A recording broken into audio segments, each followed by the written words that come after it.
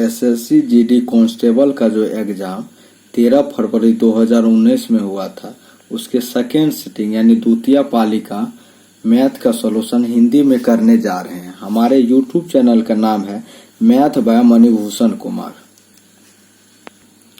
51 number का सवाल कह रहा है, मनोज 20 किलोमीटर तथा 36 किलोमीटर की दो दूरियां 5 घंटे तथा 3 घंटे में तय करता। तो संपूर्ण यात्रा के लिए मनोज का औसत गति क्या रहा? तो ये औसत गति बराबर हो, तो पहले कुल दूरी कितना तय किया? 20 किलोमीटर और 36 किलोमीटर यानी 56 किलोमीटर टोटल दूरी तय किया। ठीक है, और समय टोटल कितना लगा? 5 घंटा एक दूरी में 3 घंटा यानी 8 घंटा लगा। तो औसत दूरी गति बराबर होता है तय किए गए कुल दूरी बटा लगा कुल समय, यानी 56 में 8 से भाग देंगे यानी 7 किलोमीटर प्रति घंटा इसका औसत गति होगा, जो कि ऑप्शन नंबर सी में दिया हुआ है। 52 नंबर सवाल में कह रहा है, देखिए एक 6600 रुपया एक आदमी 66,000 रुपया और एक 84,000 रुपया लगा के एक व्यापार स्टार्ट किया। तो कुछ समय के लिए इन्वेस्ट किया, तो उसके बाद उसके लाभांश को 11:9 के रूप में मिलता है। तो कह रहा है कितना अवधि के लिए अनुपात में वो इन्वेस्ट किया। तो पहले इसका रेशियो हम कर लेंगे। तो ये 3 गो 0 कैंसिल हो गया, 11 छके 66 और 14 छके 84 यानी 11:14 में वो पूंजी इन्वेस्ट किया। ठीक है, तो कितना समय लगा? तो मान लेंगे एगो x एगो y। ठीक है, दोनों का गुना कितना हो? 11x अनुपात 14y, इतना इसके लाभांश मिलेगा। इसका वैल्यू कितना दिया हुआ? 11:9 यानी 11x बटे 14y बराबर 11/9। ठीक है, देखिए तो 11x बटे y बराबर 14, वहां उस साइड चला जाएगा तो गुना में हो जाएगा। ठीक है, उसके बाद x बटे y यानी 11 इस साइड ले जाएंगे तो भाग में हो जाएगा 11/9 गुनी 14/11, 11 कैंसिल होगा यानी 14:9 आंसर होगा, जो कि ऑप्शन नंबर सी में है, यही आंसर होगा। 53 नंबर सवाल कह रहा है, एक बेलन का वक्र पृष्ठीय क्षेत्रफल 10 से 56 सेंटीमीटर है। पृष्ठीय क्षेत्रफल होता है 2πr/h बेलन का। इसका वैल्यू है 10 से 56, h का वैल्यू है 8। तो कह रहा है कि इसका आधार का व्यास, पहले त्रिज्या निकाल लेते हैं। 2 गुनी 22/7 गुनी r गुनी h का वैल्यू 8 है बराबर 10 से 56। ठीक है, तो देखिए r बराबर क्या होगा? 10 से 56, जो इस साइड गुना में है इस साइड भाग में हो जाएगा। देखिए 2 गुनी 22/7 गुनी 8। ठीक है, ये 8 से इसको देखें भाग लगता है कि नहीं लगता है।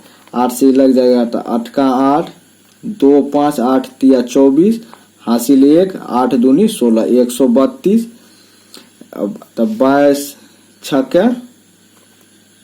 132 हो जाता है, 3 दूनी 6 यानी 3 मरतबे में, यानी r बराबर हो जाएगा 3/1/7 यानी 3 गुनी 7/1 यानी 21 हो जाएगा। कह रहा है व्यास कितना होगा? तो व्यास बराबर होता है 2r यानी त्रिज्या की 2 गुनी, तो 2 गुनी 21 यानी 42 सेंटीमीटर आंसर होगा, जो कि ऑप्शन नंबर ए में है, यही आंसर होगा। 54 नंबर सवाल में कह रहा है, ये 18 मजदूर एक कार्य के 1/3 को 27 दिन में पूरा करता है, तो कितने मजदूर पूर्ण कार्य को 9 दिन में पूरा कर दे? इसका एक फॉर्मूला होता है मेन m गुनी d गुनी h कितना घंटा बटे w बराबर कांस्टेंट होता है, माने इस साइड जो 1 यूनिट का होगा वो यही बराबर m2 d2 s2 बटे W2। यहाँ पे 1 होगा यानी पहला का सब कुछ होगा तो ई बराबर दूसरा का होता है। ठीक है, देखिए यहाँ पे 18 आदमी है। ठीक है, कितना दिन है, घंटा तो नहीं दिया है तो छोड़ देंगे, दिन है। कितना काम है, 1/3। ठीक है, बराबर तो कह रहा कितना आदमी, तो हम m आदमी मान लेंगे। ठीक है, कितना दिन में, 9 दिन में कितना काम, पूरा काम माने 1। ठीक है, तो ऊपर ऊपर कैंसिल, 9×3 = 27, 3 मरतबे। अब हो गया m बराबर हो जाएगा 18×3 = 54 बटा 1/3 यानी 54 गुनी 3, 54 गुनी 3 बटा 1 माने 162 आदमी आंसर होगा, जो कि ऑप्शन नंबर बी में है, यही आंसर होगा। 55 नंबर सवाल कह रहा है एक दिन में 4 घंटे कार्य करके R एक कार्य को 12 दिन में करता है। तो R कितना दिन में करता है, तो कितना घंटा में करता है, 4 गुनी 12 यानी 48 घंटा में पूरा काम क्लियर कर देगा। ठीक है, और दूसरा कह रहा है ए है, ये कह रहा है कि 9 दिन में 8 घंटे करके 9 दिन में यानी 72 घंटा में टोटल काम कर देगा। ठीक है, ये 48 घंटा में करता है, 72 घंटा में करता है। ठीक है, दोनों का एलसीएम होगा 144। ठीक है, 144 यूनिट अगर कार्य रहेगा तो ये 1 घंटा में कितना यूनिट करता है, 3 यूनिट, तब ना 48 घंटा, 48 × 144 और ये 2 यूनिट। ठीक है, 1 घंटा में करता है, दोनों मिलकर 1 घंटा में 5 यूनिट करेगा। कह रहा दोनों मिलकर 2 घंटा कार्य करता है, तो 1 दिन में कितना होगा, 10 यूनिट काम होगा, दोनों मिलकर 2-2 घंटा करेगा तो 10 यूनिट होगा। तो कह रहा है कि टोटल काम कितने दिन में पूरा कर सकते हैं, तो 144 यूनिट काम था, 1 दिन में 10 यूनिट करता है, तो 144 में 10 से भाग देंगे, 5 दूनी 10, 72 दूनी 144 यानी 72/5 दिन आंसर होगा, जो कि ऑप्शन नंबर सी में है, यही आंसर होगा। 56 नंबर सवाल में कह रहा है इस 700 का 7 राज्यों में दिया हुआ है 700 सेंटीमीटर जो वर्षा हुआ उसका परसेंटेज में दिया हुआ है, बर्फबारी जो हुआ परसेंटेज में दिया हुआ। तो कह रहा है S2, S6 और S7 का औसत वार्षिक बर्फबारी क्या है। तो S2 का देखिए कितना है, 15%। ठीक है, S6 का कितना है, 14%। ठीक है, और S7 का है, S7 का 25% यानी सबको जोड़ेंगे 5 4 9 5 14 हासिल 1 2 1 3 1 4 1 5 यानी 54% है। तो एवरेज कितना हुआ परसेंटेज में, तो 54/3 यानी 3 ठो है तो 3 से भाग दे दिए 18%। तो औसत जो होगा परसेंट में 18%, लेकिन कह रहा है औसत के जो परसेंटेज में ना वैल्यू में पूछ रहा है, तो 700 का 18% निकाल लेंगे, 700 गुनी 18/100, 0000 कैंसिल होगा, 18 7 126 होता है, जो कि ऑप्शन नंबर डी में है, यही आंसर होगा। ठीक है, 57 नंबर सवाल का 6 लगातार सम संख्या का औसत 11 है। ठीक है, 11 यानी बीच में है, इससे इधर 3 सम संख्या है और इधर भी 3 सम संख्या है। तो इधर 3 सम संख्या, एक ठो 10 है, एक ठो 8 है, एक ठो 6 है। ठीक है, इधर वाला है 12 होगा, 14 होगा, 16 होगा। ठीक है, कह रहा है कि सबसे छोटी संख्या क्या होगी, सबसे छोटी संख्या 6 है, जो कि ऑप्शन नंबर बी में है, यही आंसर होगा। 56 नंबर सवाल में कह रहा है 420 मीटर लंबी रेलगाड़ी है और 580 मीटर का प्लेटफॉर्म है, तो टोटल कितना दूरी तय करेगा, 5 9 1 10 यानी 1000 मीटर इसको तय करना है। तो देखिए यहाँ पे समय दिया हुआ सेकेंड में, तो 4 किलोमीटर प्रति घंटा है तो इसे मीटर प्रति सेकेंड में पहले, तो मीटर प्रति सेकेंड में बदलने के लिए 5/18 से गुना करना पड़ता है, 5/18 से गुना कर दिए, 36 18 20 5 100 यानी 100/3 मीटर प्रति सेकेंड इसका चाल हो गया। और दूरी हमको तय करना है 1000 मीटर, तो समय बराबर क्या होता है, दूरी बटे चाल, तो 1000/100 बटा 3, ठीक है। तो 1000 गुनी 3 बटा 100 यानी 0000 कैंसिल हुआ, 10 या 30 सेकेंड आंसर होगा, जो कि ऑप्शन नंबर सी में है, यही आंसर होगा। 59 नंबर सवाल में कह रहा है तो ये 10,000 रुपया 16,000 रुपया हो जाता है, ठीक है। कितना का अंतर हुआ? 6,000 रुपया। कह रहा है 15% वार्षिक ब्याज की दर से, तो एक साल में कितना बदलेगा? 10,000 का 15% निकाल लेते हैं, ठीक है। तो 15% 0000 कैंसिल, यानी 1500 रुपया एक साल में बढ़ता है। तो 6,000 रुपया बढ़ा, 6,000 कितना साल में बढ़ा? 6,000 में 1500 से भाग देंगे, 15 चौके 60, यानी 4 साल आंसर होगा, जो कि ऑप्शन नंबर ए में है, यही आंसर होगा। देखिए टोटल एक थैले में 12:17 में तो 12 सफेद है और 17 पीली गेंद है। तो देखिए अगर 29 गेंद होगा तो 29 अगर टोटल था तो उसका वैल्यू कितना दिया है? 116। तो उसमें पीली कितना है? 17 है, ठीक है। तो एक में एक का वैल्यू जो है अनुपात में, उसका वैल्यू कितना हुआ? 116 बटा 29, यानी 29 चौका 116, यानी अनुपात में जो एक है उसका वैल्यू रियल में 4 के बराबर है। तो कह रहा है पीली कितना? पीली अनुपात में 17 दिया हो तो 17 का वैल्यू निकालेंगे, तो 4 गुनी 17 यानी 68 आंसर होगा, जो कि ऑप्शन नंबर ए में है, यही आंसर होगा। 61 नंबर सवाल में कह रहा है कि 7 वस्तुओं का किसी देश के कुल आयात 30 लाख है, उसमें दिया हुआ है प्रत्येक वस्तु का परसेंटेज में दिया हुआ है कितना आयात है। तो कह रहा है P6 का आयात कितना होगा? P6 का जो है परसेंटेज में दिया हुआ है 21%, यानी 21% का वैल्यू पूछ रहा है।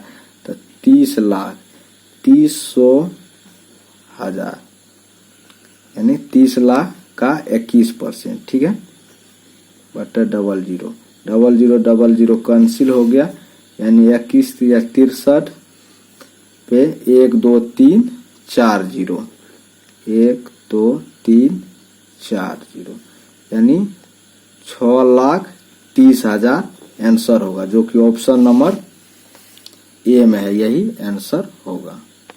62 नंबर सवाल का रहा है Y1 से लेकर Y7 तक देश के कुल निर्यात को 1,000 करोड़ में दर्शाया गया है। तो कह रहा पिछले वर्ष की तुलना में निर्यात में सबसे अधिकतम बदलाव प्रतिशत क्या था? जैसे Y5 में है तो Y4 से Y5 में कितना परसेंट बदला? तो Y4 है 1200 से 1100, कितना का गैप हुआ? 100 यूनिट का, ठीक है। उसमें देखिए ये बेस है, ये Y4 में है, Y4 कितना है? 1200, यानी 1,000 से 1200 हुआ, ठीक है। 1200 कितना चेंज हुआ? 200 यूनिट, ठीक है। बेस 1,000 का, यानी 20% के आसपास चेंज हुआ लगभग, निकालेंगे 20% टोटली होगा, ठीक है। उसके बाद देखिए Y2 में है 500 से 750 हो गया, 500 से 750 हो गया, ये कितना हो गया? 250। ये 250 जो है 500 से 700 यानी 50% हो गया, ठीक है। ये लगभग 10% से नीचा ही होगा अगर परसेंट। Y3 अगर Y2 से Y3 के देखिए 750 से 1,000 हुआ, ठीक है। देखिए ये 250 हुआ, ये 250 हुआ, 750 पे 200, सबसे ज्यादा चेंज किस में हुआ? देखिए सबसे ज्यादा 250 हुआ चेंज ये दोनों में, लेकिन इसमें 500 में 250 चेंज हुआ, इसमें 750 250 में हुआ, 250 चेंज हुआ। तो सबसे ज्यादा चेंज हुआ इसमें परसेंटेज के हिसाब से, इसलिए ऑप्शन नंबर सी सही आंसर होगा। ये एक मशीन का अंकित मूल्य जो है उसके क्रय मूल्य से 70% अधिक है। यदि क्रय मूल्य 100 रुपया होगा तो उसका अंकित मूल्य यानी मार्क प्राइस जो होता है वो कितना होगा? 70 अधिक, यानी 170 रुपया। कह रहा 44.5% के लाभ पर बेचा, यानी 100 में 44.5 यानी 44.5 जोड़ देंगे, यानी 144.5 रुपया में बेचा। ठीक है, तो कितना छूट दिया, इन दोनों का अंतर कितना हो गया, दोनों को घटा देंगे तो 25.5 यानी इतना रुपया का वो उसने छूट दिया। तो छूट परसेंट कह रहा है तो मार्क प्राइस पे छूट देता है, तो 25.5 बटा 170 गुनी 100, 0 0 कैंसिल हो गया, ये हो गया 255 बटा 17, 17 का 17 हासिल 8, 8 5 85, 17 5 85 यानी 15% आंसर होगा, जो कि ऑप्शन नंबर डी में है, यही आंसर होगा। 64 नंबर सवाल कर रहा है, एक वस्तु का क्रय मूल्य 1126 रुपया तथा हानि परसेंट 22%, तो कुल हानि का रहा है, हानि तो 1126 का 22% पूछ रहा है, 22/100। ये सबसे पहले यहाँ पे देखिए पूर्ण रूप से कटने वाला नहीं है, तो सबसे पहले इसको गुना कर देंगे, क्योंकि देखिए दशमलव में सब 2 अंक पे है, तो इसको सबसे पहले गुना कर देते हैं। 1126 को 22 से गुना करेंगे। ठीक है, 6 दूना 12, दूना 4 1 5, 11 दूनी 22। ठीक है, फिर वैसे ही होगा 2 5 2 2, इसको जोड़ेंगे 2 5 2 7, 5 2 7, 2 2 4 2, यानी 24 7 7 2/100।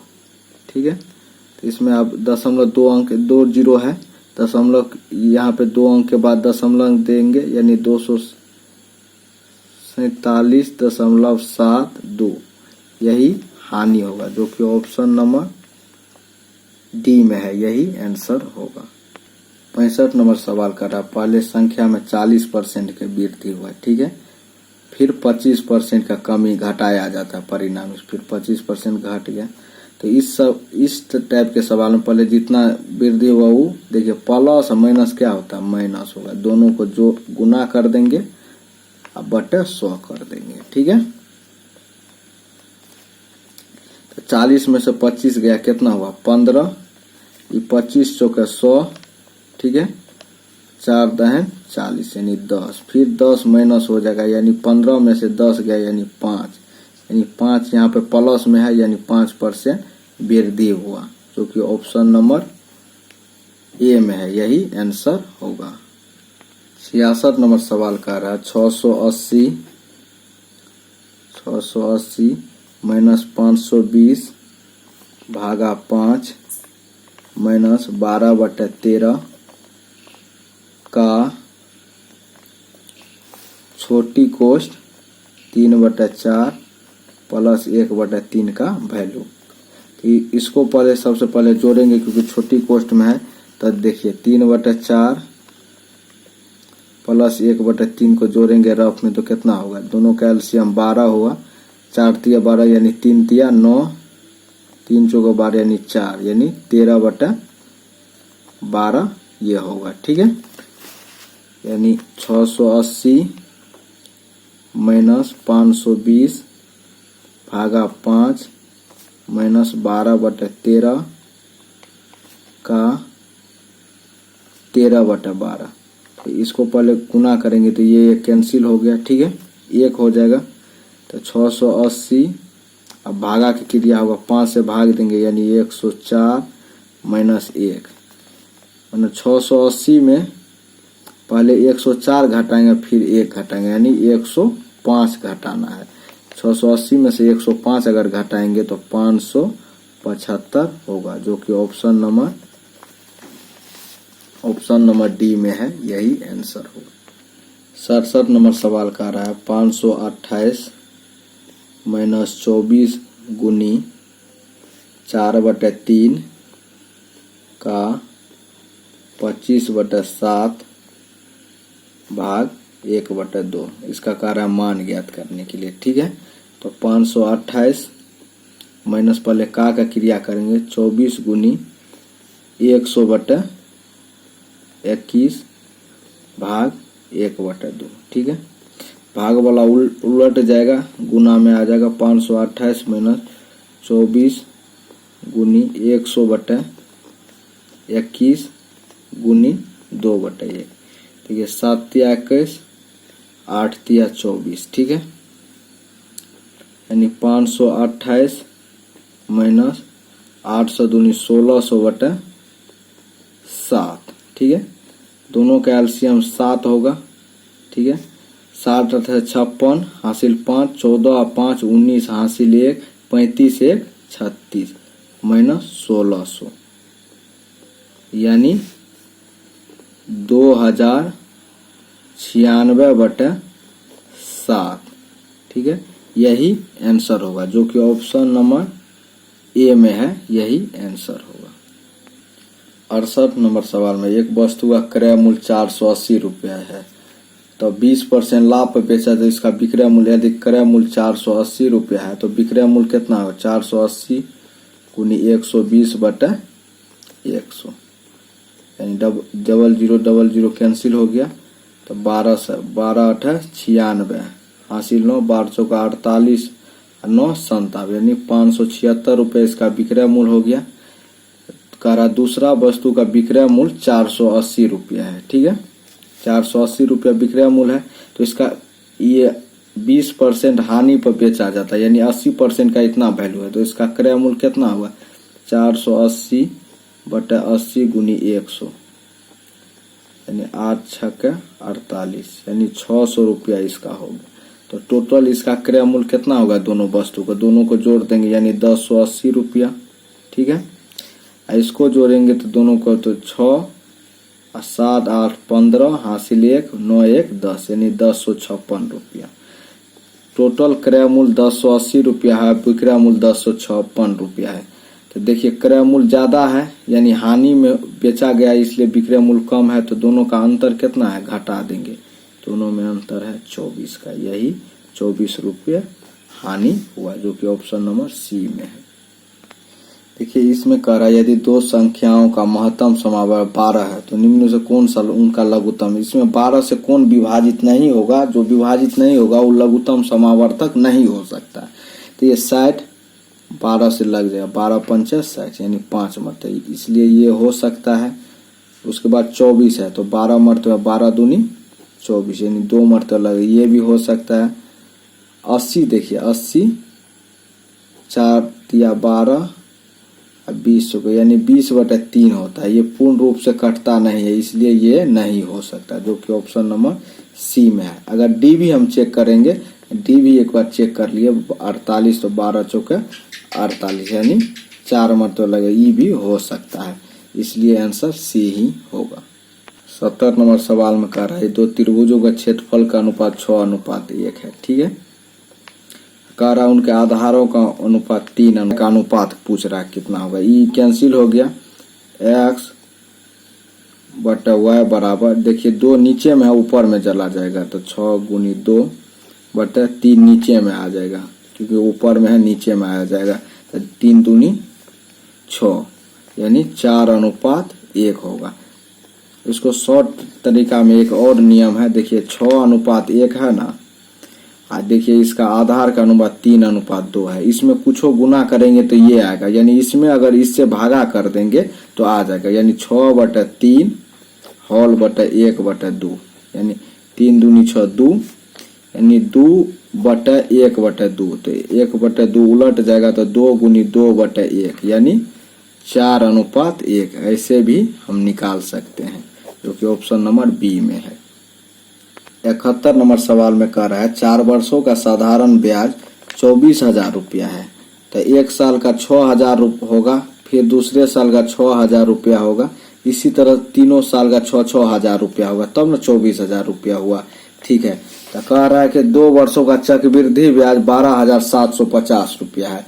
तो ये अगर ब्याज का संयोजन वार्षिक किया जाएगा तो पहले साल का जो साधारण ब्याज और चक्रवृद्धि ब्याज सेम ही होगा, तो इसका पहले साल का कितना 6,000 रुपया, तो शेष कितना बढ़े 12,750 में से 12,750 में 6,000 घटा देंगे, यानी 6,750 रुपया, यानी 6,750 रुपया दूसरे साल का चक्रवृद्धि ब्याज होगा। दोनों में अंतर कितना का है 750 का, यानी 750 रुपया ज्यादा हो गया। क्यों ज्यादा हुआ? क्योंकि चक्रवृद्धि ब्याज, ब्याज पर भी ब्याज चलता है। तो कितना परसेंट हुआ? 750 कितना का? 6000 का। 6000 गुनी 100, ठीक है। तो 0000 कैंसिल हो गया, 1010 कैंसिल, 2 3 दूनी 6, 2 मरतबे में 25 तिया 75 यानी 25/2। 25/2 यानी 12.5% आंसर होगा, जो कि ऑप्शन नंबर बी में है, यही आंसर होगा।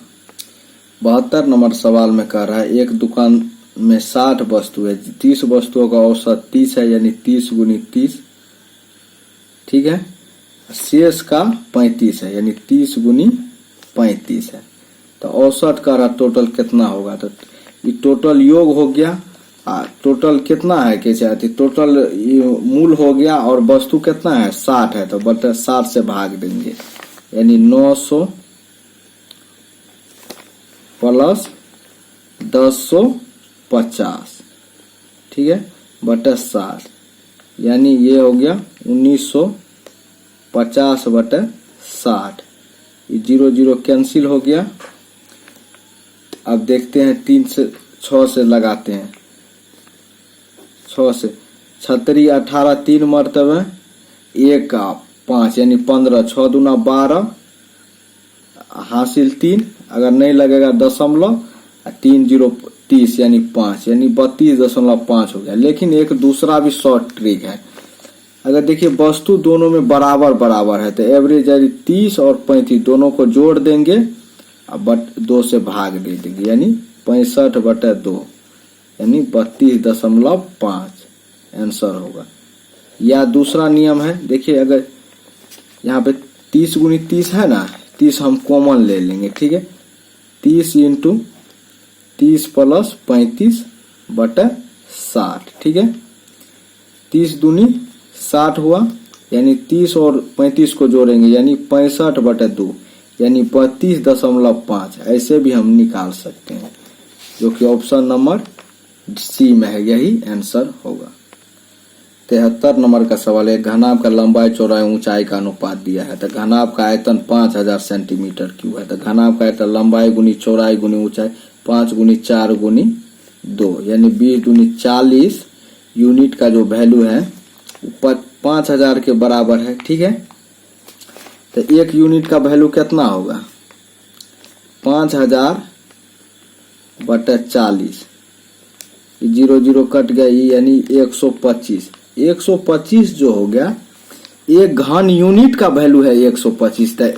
क्योंकि आयतन है तो इसका सबसे पहले क्यूब रूट निकाल लेंगे 125, यानी 125। अगर क्षेत्रफल रहता तो इसका वर्गमूल निकालते। तो क्यूब रूट इसका होता है 105 गुनी 5 गुनी 5 हम लिख सकते हैं 125। 3 गो में से एक ठो लेना है, यानी 5, यानी इसके अनुपातिक वैल्यू 5 हो गया, यानी इसका वैल्यू 25 हो गया, इसका 20, इसका 10। देखिए आप सबको गुना करें, 25 को 2 से गुना करें 50, 1 0 1 0 2 0 यानी 50 पे 2 0 5000 फुट जाता है ना, ऐसे निकल जाएगा, ठीक है। कह रहा घनाभ का कुल पृष्ठ है 2 × लंबाई गुनी चौड़ाई प्लस चौड़ाई गुनी ऊंचाई प्लस ऊंचाई गुनी लंबाई, ठीक है। 2 × 25 गुनी 20 यानी 500, 20 गुनी 10 यानी 200, 20 गुनी 10 गुनी 25 यानी 250। सबको जोड़ेंगे, ये हो गया 700, 2 900 950, 2 गुनी 950 यानी 1900 सेंटीमीटर स्क्वायर आंसर होगा, जो कि ऑप्शन नंबर सी में है, यही आंसर होगा। 74 नंबर सवाल में कह रहा है P² अनुपात Q² का वैल्यू। तो इसको हम लिख सकते हैं P² Q इंटू उलट जाएगा, गुना में है, तो ये हो जाएगा P/Q², ठीक है। ये हो गया P, यहाँ पे 2 है 1 है, तो ये यहाँ पे 3 हो गया PQ/Q, ठीक है।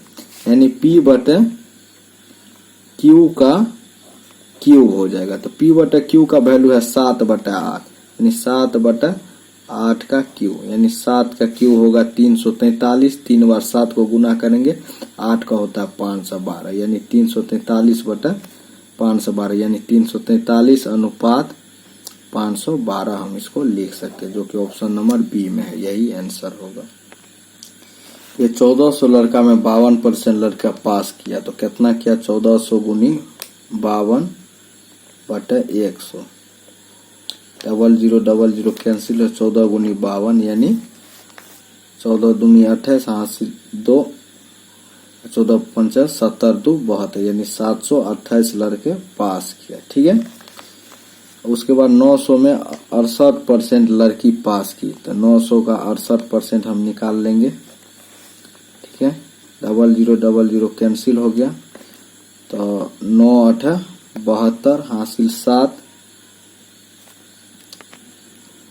9 8 72, हासिल 72 के 2, हासिल 7, और 9 6 का 54, 54 और 7 61, यानी 612 हो गया। टोटल दोनों को जोड़ देंगे, यानी 728 और प्लस 612, यानी 2 0 0 3 1 4 9 9 4 9 7 6 13, यानी 1340 टोटल स्टूडेंट पास किया। टोटल स्टूडेंट कितना है? 1400 और 900, यानी 1400 और 900 को जोड़ेंगे। ठीक है, यानी 2300 टोटल स्टूडेंट है, उसमें 1340 पास किया, तो कितना फेल किया? 1340 में से 1340 घटा देंगे, यानी 0 6 2 में 12 12 में से 3 गया तो 9 कट गया, यानी 960 फेल किया। तो कितना परसेंट फेल किया? तो 960/2300 गुना 100। ठीक है, परसेंटेज में निकल जाएगा, 0000 कैंसिल हो गया, यानी 960 में 23 से भागा देंगे, तो 23 चौके 92, 4 मरतबे 92, 4 और 0, 23 का 23, यानी यहाँ पर हासिल होगा 17। देखिए ऑप्शन में क्या दिया हुआ, 41% समथिंग दिया हुआ है, यही आंसर होगा, जो कि ऑप्शन नंबर सी में है।